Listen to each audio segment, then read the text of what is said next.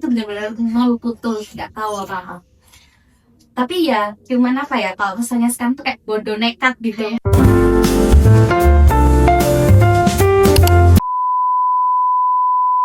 Assalamualaikum warahmatullahi wabarakatuh. Kembali lagi bersama kami di podcast Datang episode 4. Yeay. Bersama aku Hatim sebagai host dan narasumber kita, Bahana. Hai. Halo Bahana. Oke. Gimana kabarnya Bahana? Alhamdulillah baik banget. Fatin gimana nih? Luar biasa sekali. Oke. Sebelum kita membahas lebih jauh nih tentang perjalanan Mbak Hana, tentu teman-teman Zahratalk ingin mengenal Mbak Hana lebih dekat tentunya. Boleh perkenalan dulu Mbak Hana? Oke, baik teman-teman Zahratalk, perkenalkan namaku Hana. Saat ini kesibukanku sedang menempuh studi magister di Universitas Brawijaya, tepatnya di program studi fisika. Oke, dan juga masih menjadi santri aktif di Pondok Pesantren Darul Zahra Anfar. Oke. Kalau boleh tahu S1-nya Mbak Hana di mana? Dulu untuk S1-nya saya sempat menempuh studi di UIN Maulana Alik Ibrahim Malang. Oke, jadi sekarang kesibukannya selain sebagai santri, kemudian mahasiswa S2 ya? Iya. Ada lagi gak nih Mbak Hana? Kesibukan yang lain mungkin masih membantu agenda di pesantren ya, terutama agenda setiap malam. Kemudian untuk kesibukan lainnya juga masih aktif mengajar di lembaga Syauqi Taufik Center. Oke. Ternyata Mbak Hana sibuk banget ya orangnya. Iya, lumayan Sibuk nggak sih. Mbak Hana? Lumayan, kalau dihitung-hitung juga lumayan sibuk. Oke. Gimana sih cara Mbak Hana, tadi kan selain sebagai santri ya, terus kemudian juga sebagai mahasiswa, ternyata masih ada lagi nih sebagai pengajar. Nah, gimana sih caranya Mbak Hana buat membagi peran tersebut? Kemudian cara ngatur waktunya gimana sih gitu? Oke, kalau dari aku sendiri, manajemen waktu itu sangat penting ya, karena kita juga punya kesibukan masing-masing dan gak mungkin tuh kalau jadi satu langsung dikerjain semuanya. Nah, kalau dari aku, untuk membagi kegiatan tersebut dari pagi sampai siang itu memang aku fokusin buat melakukan kegiatan di perkuliahan seperti penelitian, terus pembelajaran dan sebagainya. Dan setelah itu di sore hari sampai pada maghrib itu aku fokuskan untuk mengajar di lembaga itu. Dan setelah mengajar itu dari waktu pada maghrib sampai malam itu aku fokusin buat di agenda pesantren. Jadi ada sembah Al-Quran, kemudian ada pikir masa dan sebagainya. Sibuk banget ya Mbak Hana, Ya, full ya, lumayan, dari pagi sampai malam, Masya Allah. Tidak ada waktu yang terbuang nih kayaknya. Tadi ada yang menarik sih Mbak Hana. Mbak Hana juga S2 ya? Kenapa milih S2? Kenapa milih S2? Sebenarnya nganggu sih kalau kenapa milih S2. Enggak. Karena aku masih merasa kalau misalkan di S1 itu ada beberapa hal yang masih aku nggak paham kayak gitu. Jadi mungkin pilihan untuk melanjutkan S2 itu sudah menjadi pilihan yang terbaik. Dan juga ada kayak rasa ingin mempelajari lebih dalam lagi terkait dengan mata kuliah yang pernah diajarkan saat S1. Terus juga ingin melanjutkan penelitian yang dilakukan saat S1 itu mau belajar lagi. Tadi baca satunya jurusan fisika. Oke, S2-nya Fisika juga, Itu tapi lebih konsentrasinya ada peminatannya lebih ke fisika medis. Fisika medis. Itu ngapain itu Bang? Aduh, banyak nih kalau itu. Kalau di fisika medis sendiri itu kita nggak hanya belajar tentang fisikanya aja ya, tapi juga ada pembagiannya lagi, kayak subbagiannya itu ada di fisika radiologi. Seperti kalau di rumah sakit itu kan ada apa kayak ronsen, terus CT scan. Nah itu kita perlu untuk mengkalibrasinya kayak gitu. Terus ada radioterapi dan sebagainya. Kalau dibahas lebih banyak kayaknya masih lama gitu. Ini fisikanya lebih ke kesehatan ya. Betul. Sebelum S2 pasti ada persiapannya. Apa aja sih yang harus disiapin? Oke, persiapan untuk melanjutkan S2. Kalau dari aku sendiri untuk prepare S2 itu perlu waktu yang agak lama ya. 1 tahun mungkin kalau dari aku. Tapi kalau dari teman-teman yang lain mungkin bisa lebih cepat tergantung dari step yang dilakukan gitu.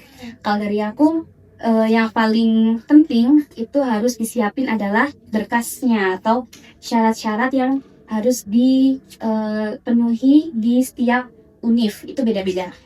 Kalau di UB sendiri itu perlu TOEFL seperti itu, kemudian ada TPA dan ada tes akademik di setiap jurusannya atau tes wawancara langsung kayak gitu. Jadi kuncinya ada di administrasi itu. Kalau administrasinya udah beres semuanya, pasti untuk step selanjutnya itu bakalan mudah. Oke. Ini Mbak Hana daftar mandiri atau beasiswa atau bagaimana? Alhamdulillah sejauh ini sudah mendapatkan beasiswa. Proses buat dapetin beasiswanya gimana itu, Mbak Hana? Oke, untuk proses mendapatkan beasiswa ya itu juga cukup struggle menurutku karena juga berbarengan untuk proses mendaftar studi S2.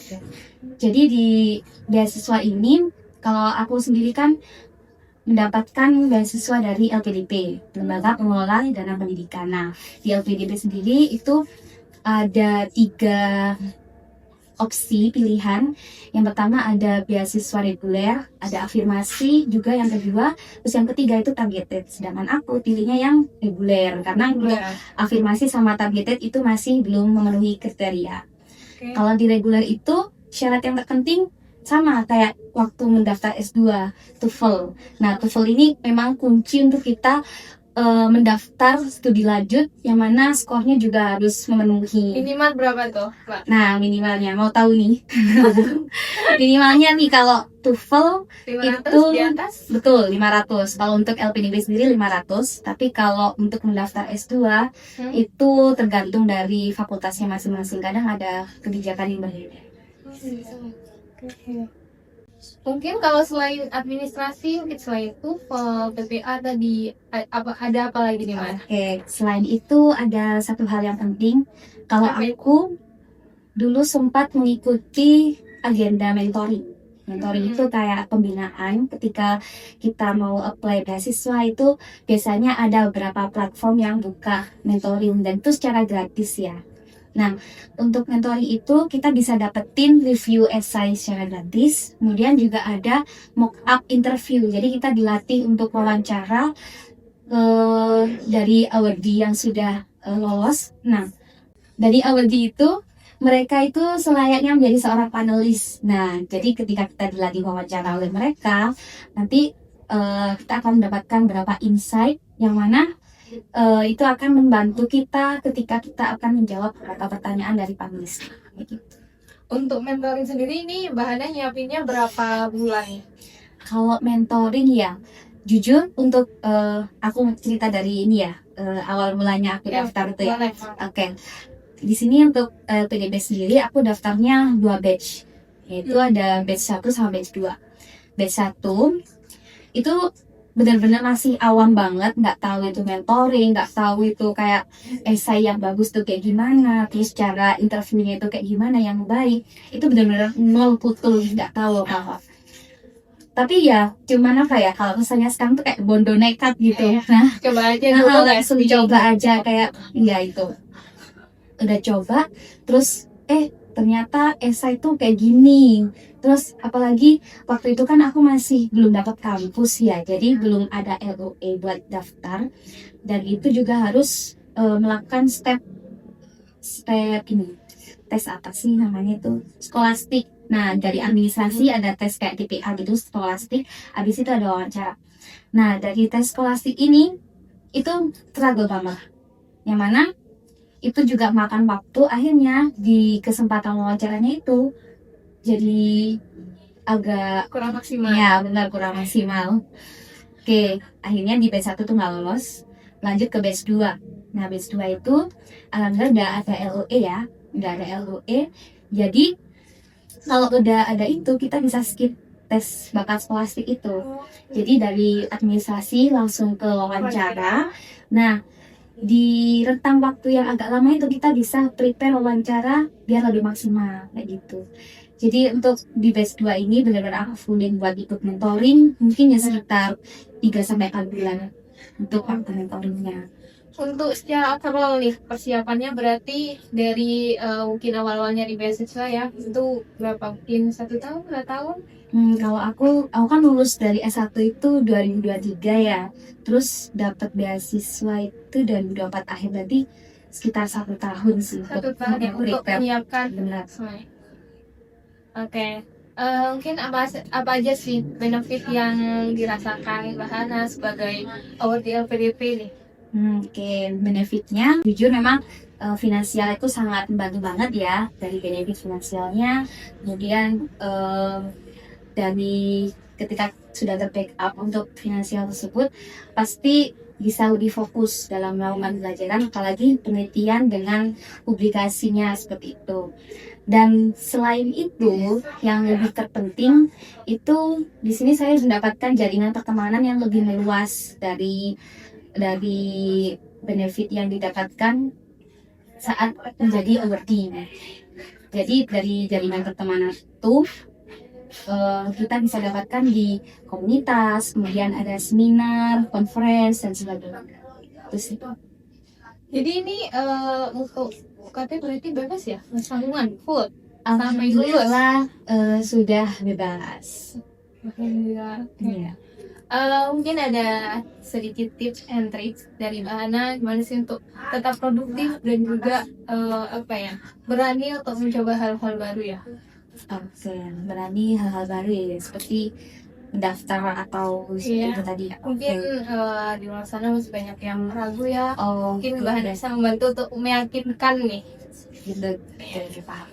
Kalau dari aku biasanya untuk memulai hal-hal baru, di sini aku mulainya dengan langkah kecil terlebih dahulu. Maksudnya nggak langsung ngambil yang up gitu. Jadi pelan-pelan aja, karena kalau kita melakukannya langsung ke level yang lebih tinggi itu pasti akan ada rasa kaget kayak gitu kan.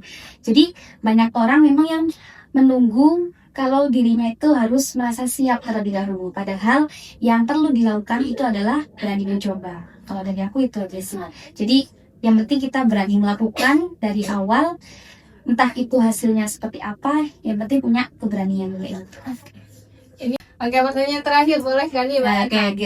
Oke, Ada nggak sih sosok yang menginspirasi Mbak Hana hingga ada di titik yang sekarang ini?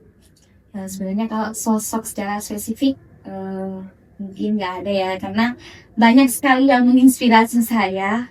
Jadi ada orang tua pastinya, kemudian guru, ustadzah, dan juga para mentor yang sudah membimbing aku kayak gitu. Jadi dari mereka sendiri itu juga sudah mengajarkan bahwa kesuksesan itu bukan hanya tentang dari pencapaiannya saja, melainkan dari bagaimana cara kita untuk menyikapi orang-orang, seperti tetap rendah hati, kemudian terus belajar dan selalu menebar manfaat kepada orang lain. Oke. Satu pesan nih Mbak Hana untuk teman-teman Zahra Talk nih yang sedang memperjuangkan mimpinya saat ini, yang mungkin lagi nggak tahu ya harus ngapain. Mungkin butuh motivasi nih dari Mbak Hana. Oke. Kalau dari aku sendiri untuk pesannya buat teman-teman semuanya ya, jangan takut untuk bermimpi besar, dan juga jangan lupa ketika kita akan memulai hal tersebut, kita lakukan dengan langkah kecil saja terlebih dahulu. Nggak apa-apa jika misalkan proses kita itu terlambat, asalkan kita ada pergerakan dari proses pertama ke proses selanjutnya. Terus juga tetap percaya diri bahwa setiap apa yang kita lakukan pasti ada hasilnya. Oke Mbak Hana, terima kasih sudah berkenan hadir di podcast Zahra Talk kali ini, dan juga buat teman-teman Zahra Talk yang sudah mendengarkan dari awal hingga akhir. Sampai jumpa di podcast Zahra Talk episode selanjutnya. Wassalamualaikum warahmatullahi wabarakatuh. See you.